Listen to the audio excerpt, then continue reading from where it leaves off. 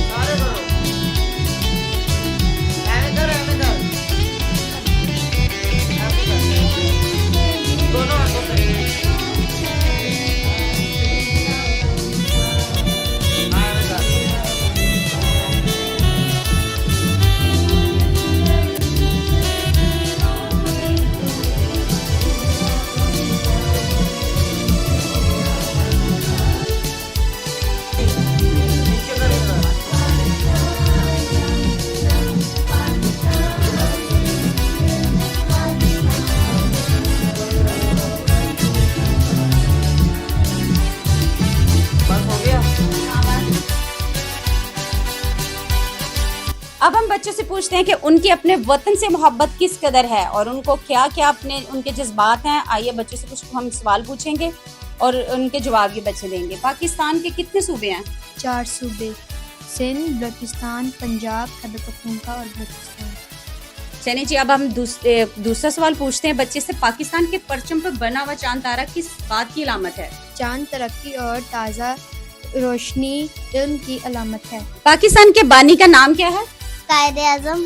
पाकिस्तान का कौमी तराना किसने लिखा? हफीज जलंधरी।